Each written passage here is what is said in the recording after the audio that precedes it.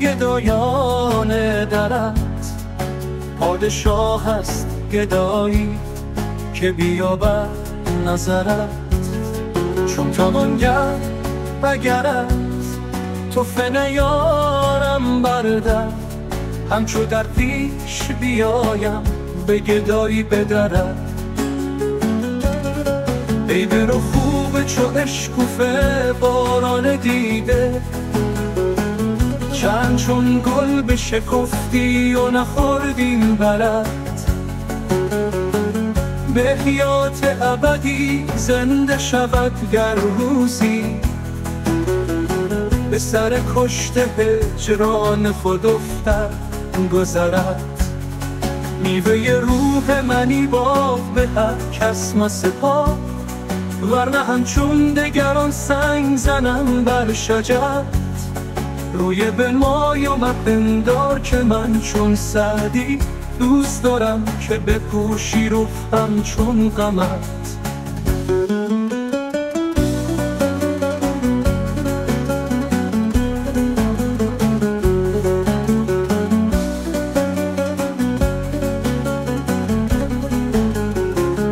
سیف فارغانی خورشید رخش در جلوه است، گر ندیدی خللی هست مگر در بصرت.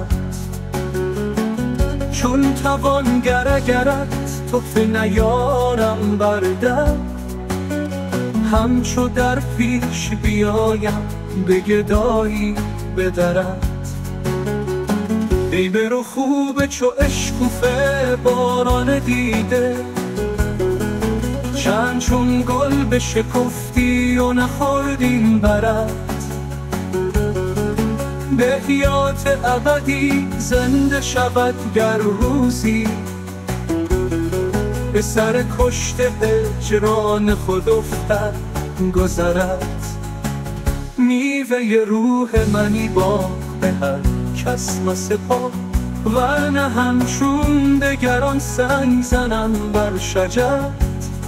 روی بنمای و مپندار که من چون سعدی، دوست دارم که بپوشی رخ همچون قمر.